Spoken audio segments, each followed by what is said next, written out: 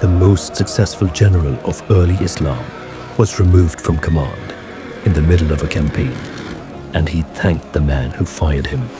No rebellion, no angry speech, no rival faction, just a simple sentence that cuts right through 14 centuries. I fight for Allah, not for Umar.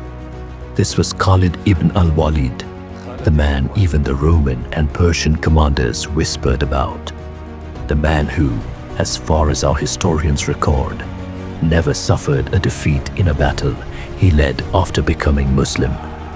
The man the Prophet himself called a sword from the swords of Allah. Yet his greatest leadership move wasn't a genius battlefield maneuver, or a daring night raid, or a perfect formation. It was something much quieter and far harder. And until we understand that secret, we'll keep reading leadership books, binge-watching productivity hacks, and still wondering why our teams, our families, our own hearts feel so fragmented.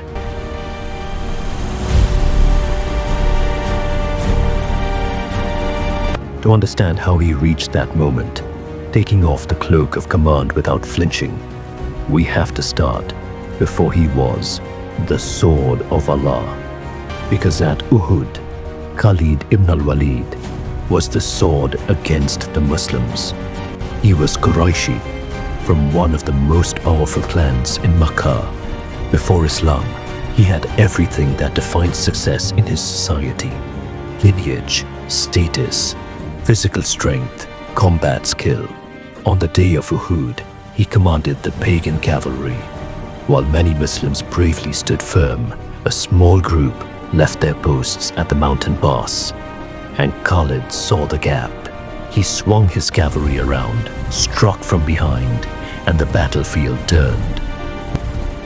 Many companions were killed. The Prophet himself was wounded. Humanly speaking, it was a devastating blow. And Khalid was the architect of that blow. But leadership in Islam doesn't start with victory. It starts with what you do when the truth becomes undeniable. Years passed, treaties were signed, Quran was recited openly, people he'd respected began entering Islam. Khalid watched. He saw that the Muslims, instead of fading, were growing, not just in numbers, but in character, in discipline, in a sense of purpose his own side no longer had. One day, he left Makkah on a journey that would change everything. Along the road, he met two other influential Qurayshis, Amr ibn al-As and Uthman ibn Talha, all three of them independently on their way to Medina to accept Islam. When Khalid reached the Prophet, the Messenger of Allah didn't say, "You're the man who hurt us at Uhud. Stay away." He opened his arms.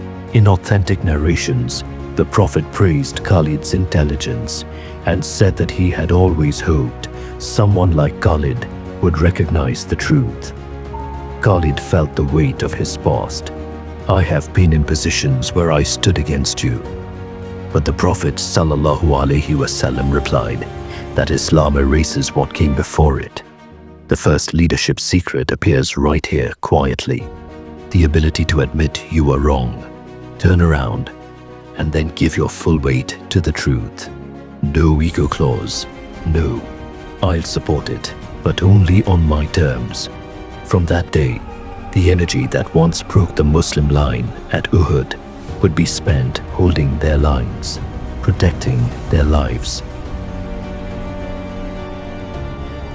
His first great test came at Mu'tah.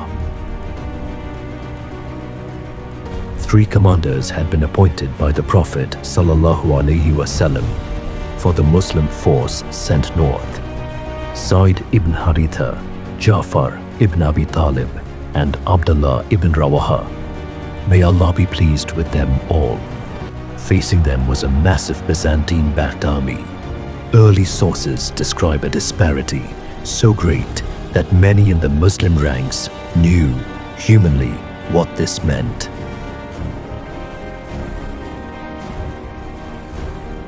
One by one, Each of the appointed commanders fell in battle. The banner dropped. In that moment, no clear chain of command remained. The army was shaken. Some wanted to fight to the last man. Others feared complete annihilation. It's in those in-between seconds that real leadership appears, almost without asking permission.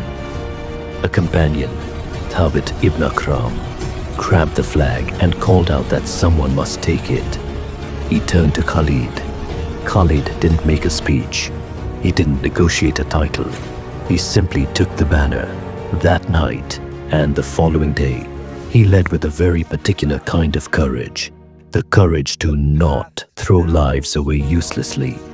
He launched a series of tactical maneuvers, rotating units so the enemy thought fresh reinforcements had arrived, changing the positions of wings, altering banners to confuse the Byzantine perception of Muslim numbers.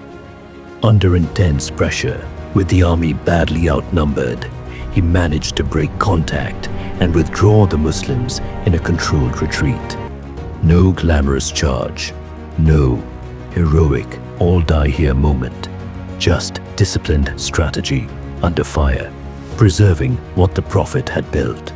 Back in Medina, some people initially thought Mu'tah had ended in disaster, but the Prophet corrected them. In a hadith in Sahih al-Bukhari, he described how the banner passed from commander to commander until he said, "Then the banner was taken by a sword from the swords of Allah, and Allah granted victory through him." That's when Khalid received the title the Ummah would remember forever. Saifullah, the sword of Allah. Notice the pattern. He wasn't appointed among the first three. He didn't ask for status. He simply stepped up when the moment required, then stepped back into the line when it passed. Years later, after the Prophet ﷺ returned to his Lord, the entire Arabian Peninsula shook. Tribes broke away. False prophets arose. The young Muslim state, fragile and grieving, was suddenly under siege from every direction, not just by external enemies, but by internal collapse. Abu Bakr as-Siddiq radiallahu anhu became Khalifa, and he did something people around him found incredibly hard. He insisted that zakah must still be paid, that faith wasn't a subscription you could cancel when the founder died. He sent armies to confront revolt and preserve the community's obligations to Allah. At the spearhead of many of these campaigns was Khalid.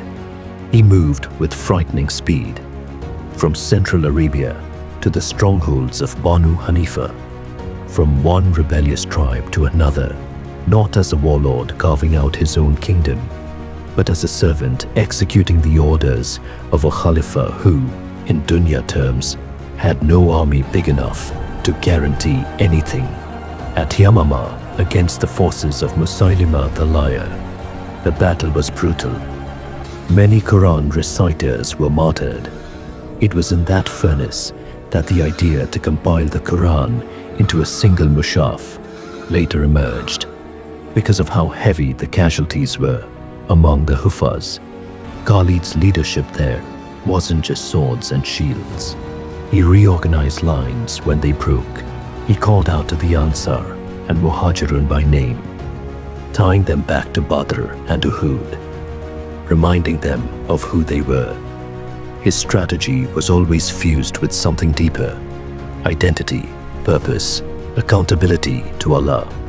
And as the Ridda wars ended, a new horizon opened the empires. Against the Persians in Iraq, against the Byzantines in Sham, two superpowers with professional armies, deep resources, and centuries of warfare experience. Khalid's campaigns in Iraq were marked by daring marches through waterless terrain, surprise appearances where the enemy didn't think an army could possibly cross.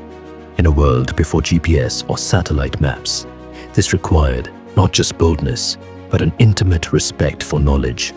of land, of horses, of human limits.